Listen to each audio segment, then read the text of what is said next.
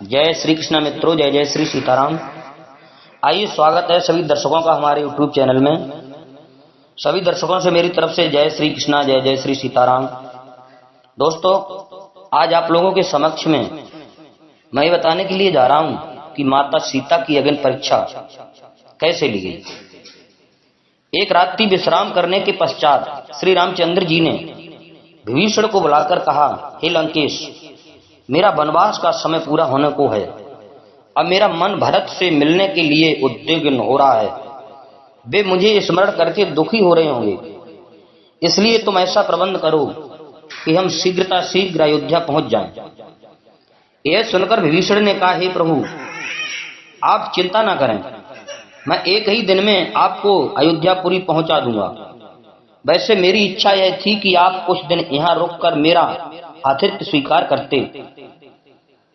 जब श्री रामचंद्र ने वहां ठहरने में अपनी असमर्थता दिखाई तो विभीषण ने तत्काल पुष्पक विमान मंगाया, जो स्वर्ण से बना हुआ और नाना प्रकार के रत्नों से सुसज्जित था। श्री रामचंद्र जी सब वानरों का उनके द्वारा की गई सहायता के लिए आभार प्रकट करके सीता और लक्ष्मण के साथ विमान पर सवार हुए। सुग्रीव सहित सब वानरों और विभीषण ने भी उनके साथ अयोध्या चलने का आग्रह किया, तो उन्होंने कृपा करके सबको उसी विमान पर अपने साथ ले लिया। विमान आकाश में उड़ने लगा। रामचंद्र सीता को लंका, सागर, सुवर्ण में पर्वत, हिरण्य नाभ से सेतुबंद किष्किंधा नगरी को दिखाकर उनका महत्व बताने लगे। बीच बीच में सीता हरण के पश्चात की घटनाओं का भी विशाल वर्णन करते जाते थे। जब विमान किष्किंधा नगरी पहुंचा तो वैदेही ने सुग्रीव की भार्या तारा आदि को भी अपने साथ अयोध्या चलने का आग्रह किया। रघुनाथ जी ने विमान को वहां रुकवाकर सुग्रीव तथा अन्य युद्धपतियों से कहा कि वे शीघ्र अपने अपने परिजनों को जो अयोध्या चलने के लिए उत्सुक हों जाकर ले आए। श्री राम की आज्ञा पाते ही वे सब अपने परिजनों को बुला लाए। फिर विमान अपने गंतव्य की ओर चल पड़ा। विमान चलते ही श्री रामचंद्र ने सीता को ऋष्यमुख पर्वत दिखाया, जहां उन्होंने सुग्रीव से भेंट की थी। फिर उन्होंने सबरी की कथा सुनाते हुए पंपा दिखाया, जटायु के मरने का स्थान, महात्मा सुतीक्षण तथा सरभ के आश्रम श्रृंगवेरपुर आदि दिखाते हुए भरद्वाज मुनि के आश्रम पर पहुंचे। वहां उन्होंने विमान उतारा। भरद्वाज मुनि के आश्रम में पहुंचकर उन्होंने मुनि को सादर प्रदान किया और कुशल क्षेम के पश्चात अयोध्यापुरी भरत तथा माताओं के विषय में सूचनाएं प्राप्त की। दोस्तों, फिर उन्होंने हनुमान से कहा, वानर राज, मैं चाहता हूं कि मेरे अयोध्या पहुंचने से पहले तुम अयोध्या जाकर पता लगाओ कि राजभवन में सब कुछ कुशल से तो है। तुम श्रृंगवेरपुर पहुंचकर वनवासी निषाद राज से भी भेंट करो, उनसे तुम्हें अयोध्या का मार्ग भी ज्ञात हो जाएगा। भरत से मिलकर उन्हें हमारा कुशल समाचार देना और यहाँ हुई समस्त घटनाओं से उन्हें अवगत कराना। उन्हें यह भी बता देना कि हम लोग सफल मनोरथ होकर राक्षसराज विभीषण, वानर राज सुग्रीव तथा अन्य मित्रों के साथ प्रयागराज तक आज पहुंचे हैं। साथ ही भरत की मुख मुद्रा का भी सूक्ष्म अध्ययन करना।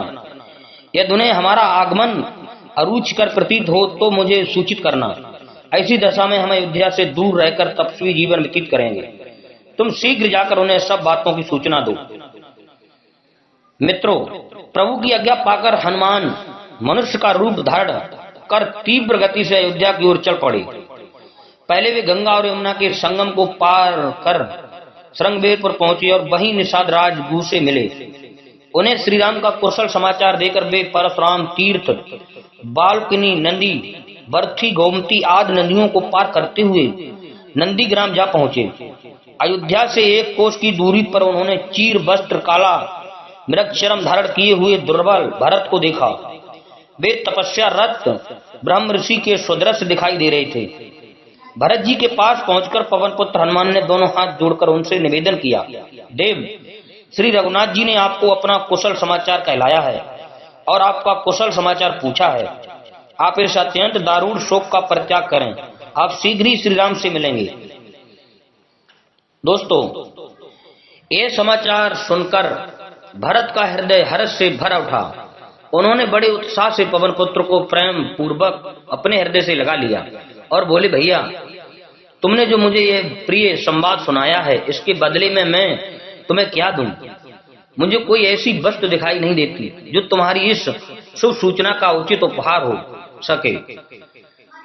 फिर भी मैं तुम्हें इसके लिए 100 उत्तम गांव 1 लाख गौएं और उत्तम आचार वाली स्वर्ण रत्न तथा आभूषणों से सुसज्जित 16 कुलीन कुमारी कन्याएं पत्नी रूप में समर्पित करता हूं।